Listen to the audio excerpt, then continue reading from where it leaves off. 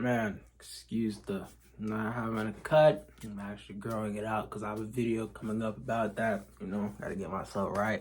Back fresh, tight jump. Anyways. I don't know if y'all guys know, but I'm 19. I'll be turning 20 in February. And I thought it'd be fitting for me to react to a video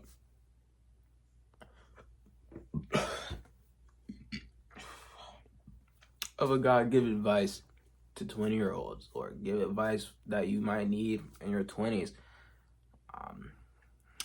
Feel like I might could get some decent information out of it. So let's get into this video.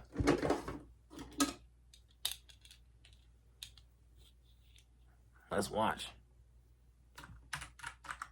I recently turned 30, which means my 20s is done. And damn, man, it feels like extreme relief. But taught me a lot, and that's what this video is going to be about. 7 things I wish I knew at 20. The most powerful lessons that I've personally learned over the past decade. Enjoy. Number 1, your 20s won't be the time of your life. Don't get me wrong, they're going to be cool, they'll be fun. We're going to pause here. As a matter of fact, slide the camera over. You guys are watching with me. I'm not doing like the whole mini screen type of thing, face cam. I don't know how to do that. Actually, I do. I don't feel like doing all that because I don't have the apparatus to do it the proper way. It's fine.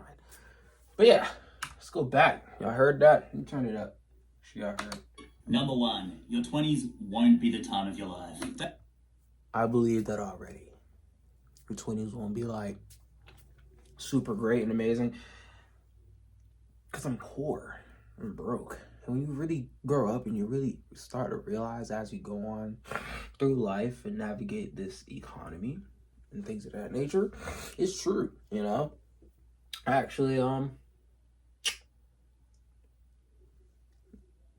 turns out when you're first starting out and you're young, you don't start off with a bunch of money unless you grew up with money.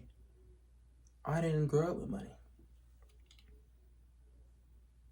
So I was screwed anyway. Yeah, no, that makes total sense actually. Every 20, cause alright, so I'm watching this video because I'm about to compile my list of things I want to achieve when I turn 20. Not necessarily for the entire decade of my 20s, but like when I turn 20. I do this for all my birthdays coming up. I did one when I turned 16. I had a goal list for when I turned 16, 17, 18, 19. So I got to make one for when I'm 20. And that makes sense. I'm projecting that I'll be spending most of my 20s, a lot of my 20s, building up to set up, you know, my life type of thing, you know. Get my finances right. Work, schooling, all that kind of stuff, getting certifications so I can have wealth. The stepping stones I can build up while I'm in my 20s and stuff, or else they'll probably never get done, or I'll get older and it'll just be harder for me to get those things done, you know? So this makes total sense. Don't get me wrong, they're going to be cool, they'll be fine, but according to most of the people I know who are older than me and myself, now that I've finished my 20s, they're a little bit overhyped. And I think that where this comes from is how your 20s are portrayed in advertising and TV and movies. You know, we're shown this whirlwind of cocktails and cool romances and interesting jobs. And so before we get to our 20s, we've had like an entire childhood of this expectation of this, wow, I'll have 5 friends and one of them's called Chandler. TV definitely overblows your 20s. Makes it seem overblows like every part of your life, actually, as a matter of fact. It makes your Disney makes your teenagers feel like they're going to be freaking magical and wonderful the whole time. They're butt. Your 20s, they're butt. You know what I'm saying? And once you're 30 and over, freaking life is terrible. I don't know what's up with that. You know, midlife crisis by the time you hit 30. I don't know what's going on there, but it is actually very strange and unrealistic. I don't know why TV does that. And you'll be a writer like Carrie Bradshaw. You'll be young, you'll be beautiful, and all your self-discovery will be charming and marketable. But then you get to your 20s and you're like, oh, that was only one side of the story. What we see a bit less of is the fact that you're inexperienced, you're broke, you're scared. You have a whole slew of mental health issues and a childhood back catalogue of drama that you have to work through. That's a fact. Let me get a little bit personal here. not, I'm not, this channel about me. Get a little personal here, man. My dad died when I was like 8 or 9. I was like 8, turning 9. I think I was 9 actually. Yeah, my dad died, and that kind of stuff hasn't really affected me through my like younger years. Though I knew like life probably would have been easier if he wasn't around, because now I'm just another black guy raised by a single mom. When in fact, my dad's around. He was around. Feel me? He just clocked out a little early. Feel me? He was caught to the crib a little early, I guess. Yeah, that kind of stuff hasn't started affecting me. When I say affect, I haven't really like thought about it. Like, it's not something that I've been thinking about or thought about for most of my life until as I'm growing older. Because now I'm trying to navigate manhood. Now as I go through, life, trying to grow into like an adult male and stuff like that, I don't know what I'm doing. It feels like, a lot of the time I'm caught thinking like, man, what am I supposed to do? What my dad want me to do? And stuff like that. Less now, because at first it was really just like how I'm gonna navigate manhood without like a father figure to like teach me that. Now I'm not so worried about that now, because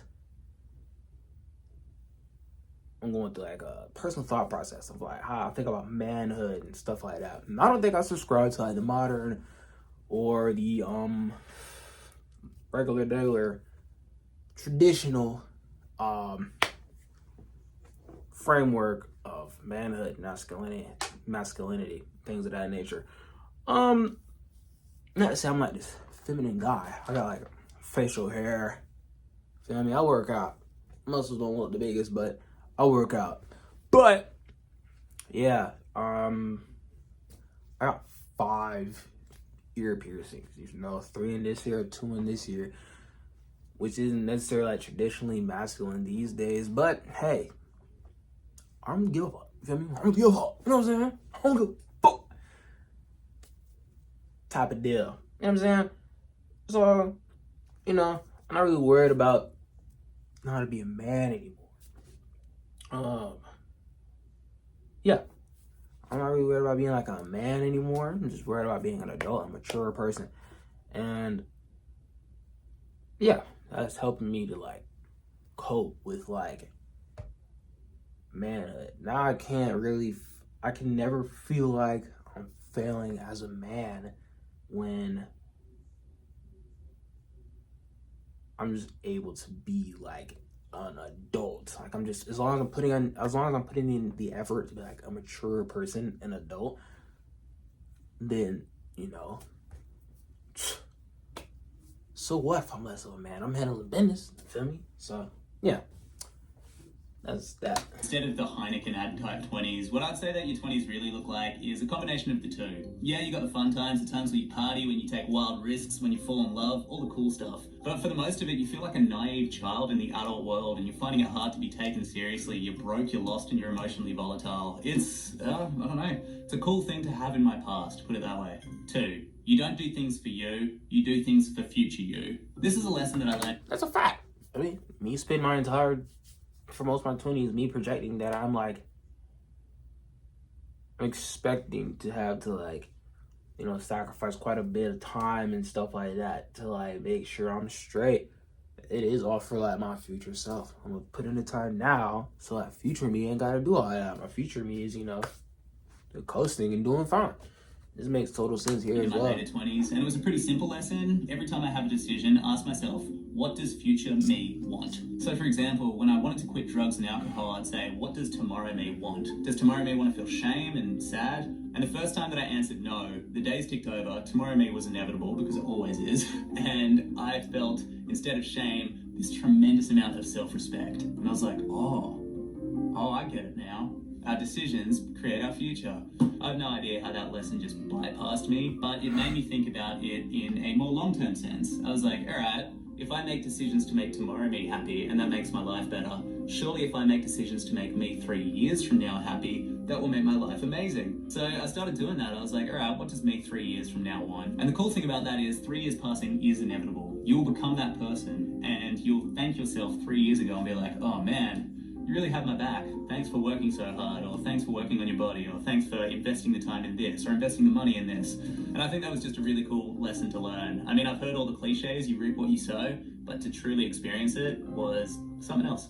3, assume everyone's got shit. The way I see it, you've got 2 options. You can assume everybody's doing better than you. You can put yourself in the victim role and you can put them on a pedestal. You can endow them with a perfect life that you end up becoming resentful of, even though it's fictional, until everybody's just hurt and hating each other. Or you can assume that they're fighting a crazy big demon just like yourself, and that they are struggling just like you, and you can meet them with compassion and love and give them space to express themselves. Obviously, don't feel guilty if you can't act like a saint all the time. You've got shit too, man. But what I found is that the latter is always true. Everybody always has the demons, man. Everybody. I've never found an exception. In fact, there was this one time I had to interview a guy. He was like a famous artist, and he'd grown up kind of like nice upper middle class family and then just transitioned into stardom, and it didn't seem like there was that much struggle from my point of view. And I remember after the interview I had this resent, and I was like, oh damn, you've got the easiest life ever. And then a few months later he came out with this piece about how he was struggling with depression and anxiety, and I was like, damn, I was too arrogant to see that.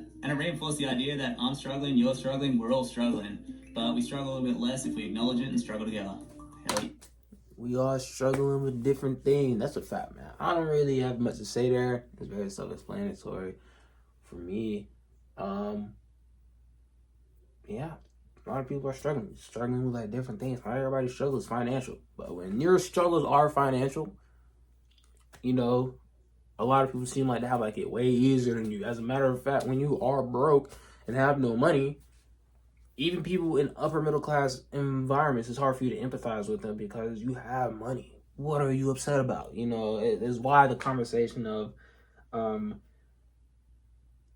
money can't buy happiness is a thing. You know what I'm saying? Because when you don't have money, money is everything. When you don't have money, if you were to have money and you were able to live that better lifestyle, you're going to be upset about nothing. There would be nothing to be upset about, you know, things of that nature.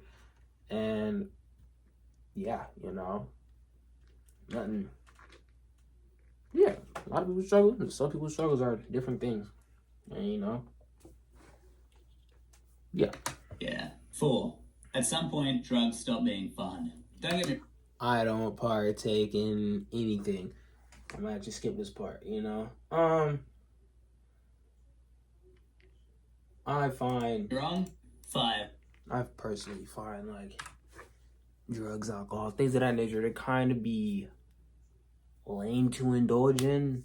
Drinking less than anything, you know, like I could see myself like maybe partaking in like a few adult beverages, but like smoking and all that never really been my thing. And I've always been repulsed by it personally. Like that's your thing if you do that, but percent sober, I still slip up. I ain't no saint, but I have found that to be 100% true.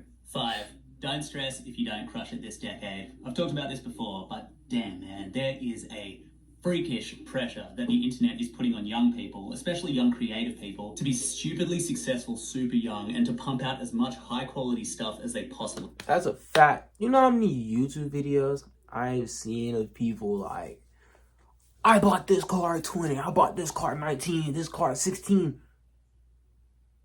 Half time, they're probably lying. They probably got like co-signers, bad credit, no money down. Your parents probably bought it, all kinds of crazy stuff, right? You can scroll through it. There's so many YouTube. I have like a strong hatred for it. As a matter of fact, those like kinds of videos or those kinds of people, especially like on TikTok, YouTube, whatever. When they buy a car, it's always about, I bought this car, this expensive car at this young age. Like, it's cool if you did, but why do you have to specify your age? I feel like it's just a flex, and it does, like, if you're not secure in yourself, it does breed insecurity, and it is like a weird thing. I personally don't like it when people do that, but yeah, I've definitely seen that. We can, like, an amount that isn't even human, and the result is a whole generation of people being like, am I not enough? It's cooked, man. If you're in your 20s and you're watching this and you're like, why haven't I achieved my wildest dreams by now? Then you're not alone at all. Oh my god, you're in like the 99.9% majority. The thing that I wish I knew in my 20s was that the thing that I was chasing wasn't the thing that was going to fulfill me. And I know it sounds trite, like material success won't make you happy, which is a phrase I'm usually suspicious of because it almost... Material things can make you happy, but they cannot bring you fulfillment. And fulfillment is what gives you eternal happiness and peace and things of that nature. I do believe that, because like this bracelet, boy, this bracelet makes me happy, brings me joy. But material things can't bring you peace. So if you want peace, it's never gonna come out of material things. It comes from in here. And you have to be at peace in here first for you to experience peace out there in the world and materially. Always comes from people who have heaps of material success. But what I've found to be more true is once your needs and standards are met, so once you kind of got like enough money, enough food, enough space around you, and enough freedom, everything beyond that is on you. So I guess the life advice would be, if you're quite focused on traditional success, split that a little bit and also focus on building up systems within your head that make you appreciate what you got. I finished this. That's a fact, man. Like I said, you know, all peace, joy, and happiness really comes from in here. Even things like sadness and depression starts in here, wherever you believe that it's at. I'm pointing in here, you know, soul, really, soul, heart, whatever. It all starts in here. Feel me? Like, if I tell myself nothing goes right, that's gonna put me in a depressive state, and nothing in my life is going to go right. But if I tell myself things work in my favor, things work for me, and you know, I'm gonna be fine, I'm gonna be good regardless, things of that nature. When you tell yourself kind things about yourself and about your life experience, that will be your life experience. Like, it's really like, and it, you know, easier said than done for most people. For me, it was easy for me to make that switch when I first realized that. And, you know, I've been chilling ever since. But there's still, like, people around me who are, like, dead set on, like, having, like, a poor life. Like, their life just cannot get better. It's hard for their life to get better. And that's really just not the case, you know? It's harder. It might be a little bit difficult to do. Like, you find it difficult to, like, tell yourself that your life will be better. Or that you find it difficult for you to be, like, you know, tell yourself kind things, but in reality, it is just like telling yourself kind things. It is kind of a matter of like,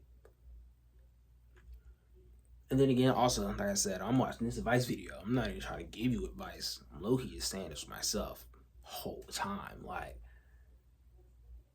I'm not even old. I'm not old enough to give nobody advice. I'm not old enough to be like a councilman. But this is what I'm saying, you know, looking for myself. I'm just saying it to the mirror in this camera right here, that you got to tell yourself nice things, bro. You know what I'm saying? Mr. Shaud, tell yourself nice things. Nice things will happen to you.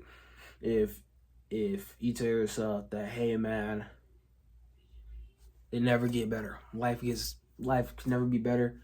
Man, every time something bad happens, man, more stuff bad happens to you, bro. You gotta cancel all of that, bro. You can stub your toe right now and be like, hey bro, life is still going pretty well for me, man. Life goes well for me. But here's the thing though, you know, you can't be afraid to like ask for help, you know? Just never complain. Just never complain. If you need some help, ask for help, but never complain. Don't ever complain, bro. Because, you know, people don't like to be around that. Because even though people might be willing to help you, a lot of people subconsciously are very, what's the word I'm looking for? Repulsed by people who live unfortunate lives. And this really just comes from people complaining about it. So like, if you complain too much, if you complain a lot, if you're always venting to somebody about something being wrong, about something all the time, if you're like that person, sooner or later people are going to be like repulsed by it. You know, you don't want to be like complaining all the time.